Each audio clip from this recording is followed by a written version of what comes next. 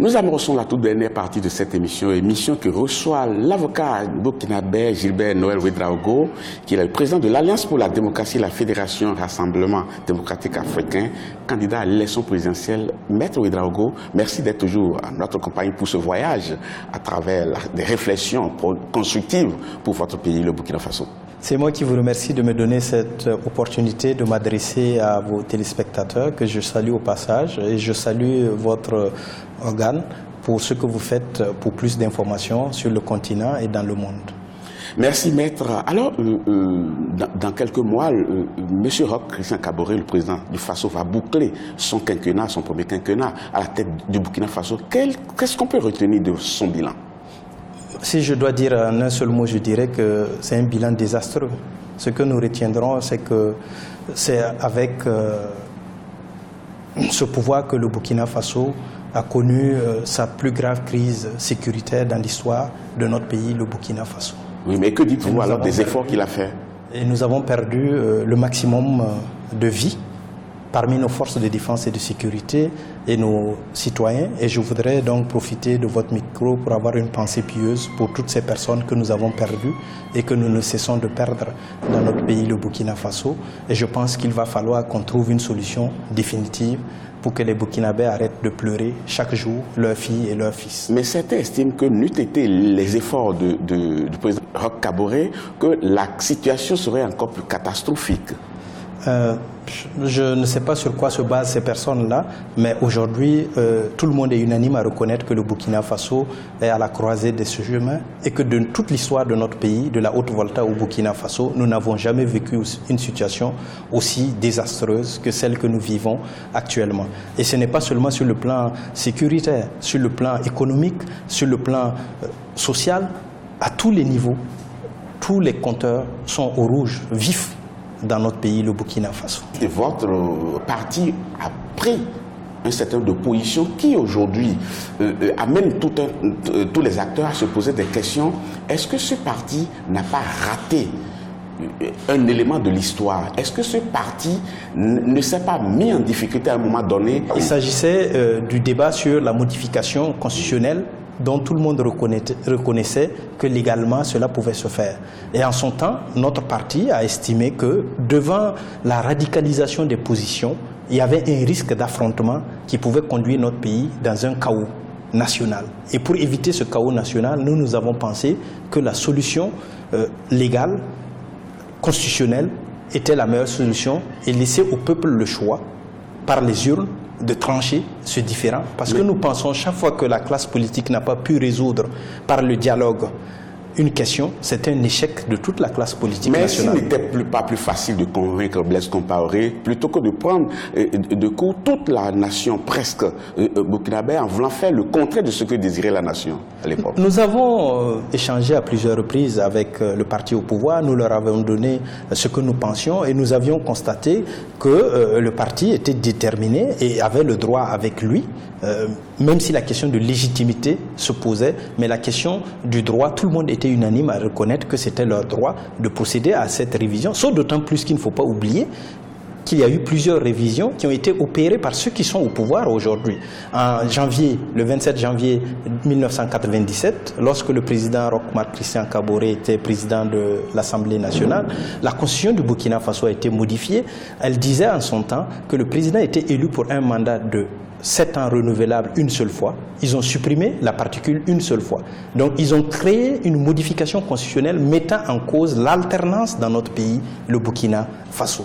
Mais à ce moment, il a fallu un dépassement de soi de la population des Burkinabés pour accepter ce qui s'est passé. Mais votre bonne foi là, votre bonne foi dont vous parlez, certains Burkinabés estiment que c'est de l'opportunisme pur et simple.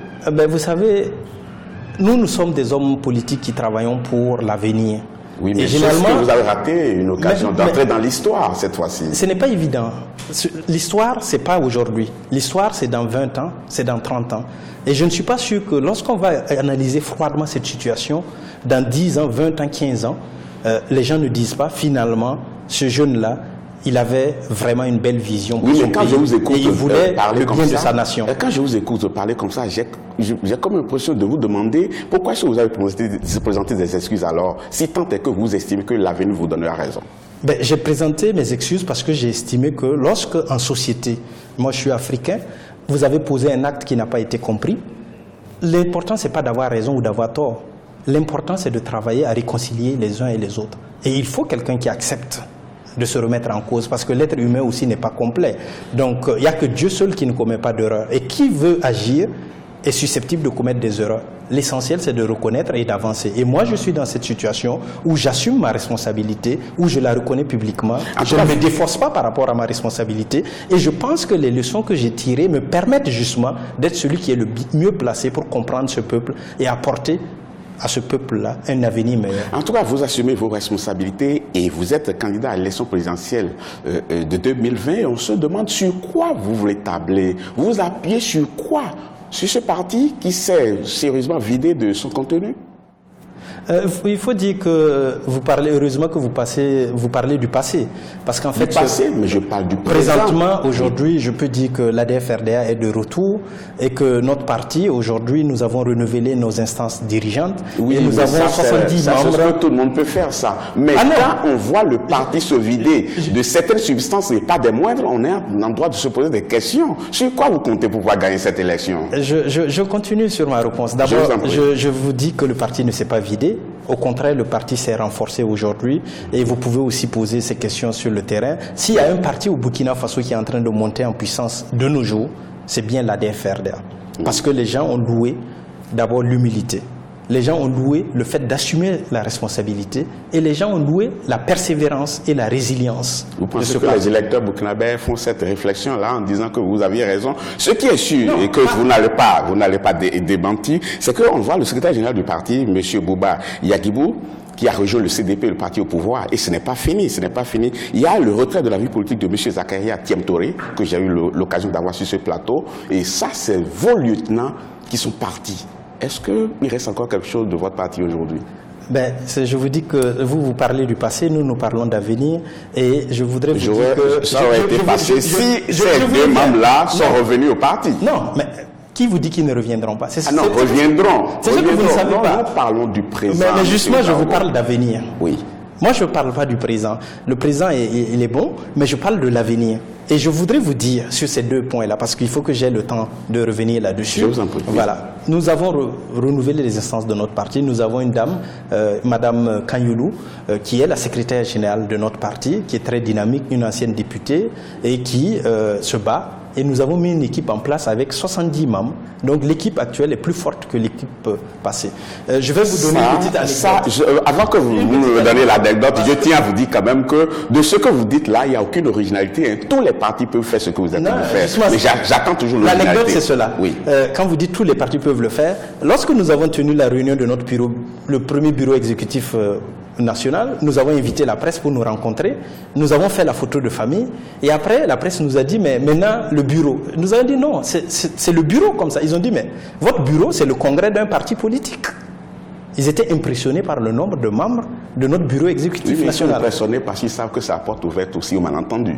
Quand on a des effectifs pléthoriques comme ça, c'est la porte ouverte de contenir tous ces effectifs-là. C'est pas évident. Hein. Mais si vous voulez gérer le Burkina Faso, ce n'est pas une équipe de 70 personnes que vous ne pouvez pas gérer. Ah bon? Nous avons des ambitions qui sont de gérer le Burkina Faso. Mais je réponds à votre question parce qu'il ne faut pas qu'on termine cette émission. Un chef d'État de la sous-région m'a dit, m'a confié un jour que Babylas, je n'ai pas besoin de plus de 15 personnes pour diriger ce grand pays.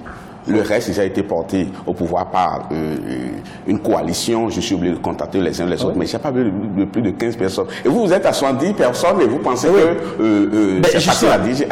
On parle du pays. Oui. On ne parle pas du parti politique. Oui, est-ce que vous avez demandé à ce dirigeant, son organe dirigeant de son parti, il y a combien de personnes? Le pays, c'est différent. Vous savez, si c'est ça, nous l'avons déjà fait au RDA, sous la Deuxième République. Le gouvernement était composé de 15 membres du gouvernement et à l'époque, nous sommes bien placés puisque c'était le président d'honneur de l'ADF-RDA, Gérard Kango Ouedraogo, qui était le premier ministre du Burkina Faso de la Haute-Volta à l'époque et le président du Conseil des ministres. Nous avions 15 ministres au gouvernement. Donc au Burkina Faso, nous avons déjà eu le RDA en étant au pouvoir 15 ministères. en tout et pour tout, y compris le Premier ministre. Donc c'est dit que c'est des choses que nous pouvons refaire. Mais je reviens à la question, parce qu'il faut que je réponde à la question, parce que vous m'avez dit Bouba Yagibou est allé au CDP. Vous avez dit Zakaria Temtore. Mais je voudrais que vous posiez la question de savoir pourquoi on en est arrivé là.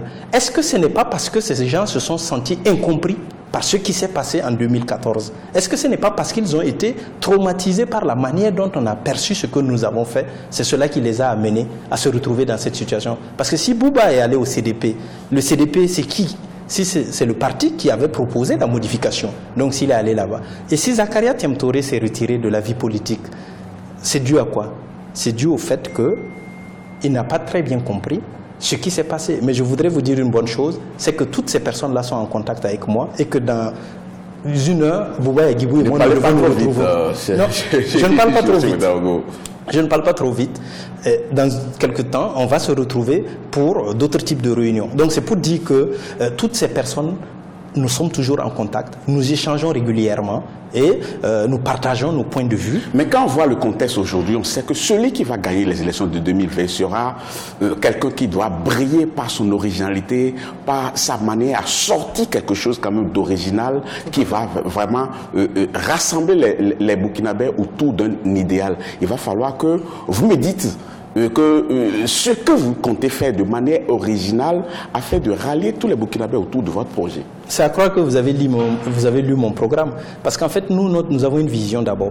Notre vision, c'est une vision pour 2050. Oui. Parce que comme je dis, je continue, je vous répondrai rapidement. Vous savez, je vais vous faire une proposition. Oui. La question primordiale pour les Burkinabés aujourd'hui, c'est la question de sécurité. Quelle est votre recette à vous pour pouvoir endiguer ce phénomène-là et dire au Burkinabé, vous avez des raisons de placer votre confiance en M. Ouedraogo? Avant de répondre à votre question précise, c'est une sous-question que vous avez posée. Je reviens à la première question parce qu'il faut dire quelle est ma vision d'abord, parce que c'est important que je donne ma vision. Ma vision, c'est de construire avec mes concitoyens et mes concitoyennes un Burkina Faso de paix, réconcilié avec lui-même, un Burkina Faso de prospérité. Quand on parle de paix, on parle de sécurité. Quand on parle de prospérité, on parle de bien-être. Quand on parle de réconciliation, c'est parce qu'on pense qu'on a besoin de toutes les filles et de tous les fils du pays pour construire. Mais nous voulons construire un modèle original à l'horizon. Est-ce que vous êtes d'accord avec moi que c'est l'endormissement habituel des hommes politiques, ça? Non. Parce qu'on entend ça tous les jours de tous les acteurs politiques. Moi, j'attends aujourd'hui l'originalité. Et c'est cette originalité-là que les Burkinabés. Mais l'originalité que c'est de dire que c'est ensemble que nous allons le faire. Nous n'allons pas venir vous dire, écoutez, votez pour nous, c'est nous la solution. Nous avons vu que celui qui s'est proclamé être la solution s'est révélé être le problème. Vous avez demandé qu'est-ce que nous faisons dans le domaine de la sécurité. Nous avons dit, nous avons toujours été clairs, renforcer d'abord les moyens à mettre à disposition des forces de défense et de sécurité. Améliorer la formation des forces de défense et de sécurité. Les doter de matériel ultra moderne pour assurer leur sécurité. Travailler dans le sens de renforcer le service du renseignement en mettant les moyens nécessaires pour le renseignement de manière à avoir une armée bien formée, bien équipée, qui a confiance en elle-même et qui est prête à défendre la nation et qui est prête à se sacrifier pour cette nation. C'est ce que nous allons faire si nous arrivons au pouvoir. Merci beaucoup d'avoir été d'accord. C'est moi qui vous remercie. On va suivre tout le long. Vous incarnez la jeunesse. Ça me fait énormément plaisir de cette jeunesse-là qui veut quand même prendre les choses en main. On vous souhaite tout le bonheur du monde et tout le succès possible. Merci beaucoup. Merci. Moi, je vous remercie. Je voudrais dire, pour être candidat à l'élection présidentielle, c'est un rendez-vous avec le peuple. Et c'est très important. Et vous avez parlé tantôt de chance. L'élection présidentielle, ce n'est pas une question de chance. C'est une question d'engagement. C'est une question de détermination. C'est une question d'audace. Et c'est une question d'idée. Et je pense que je peux apporter cela.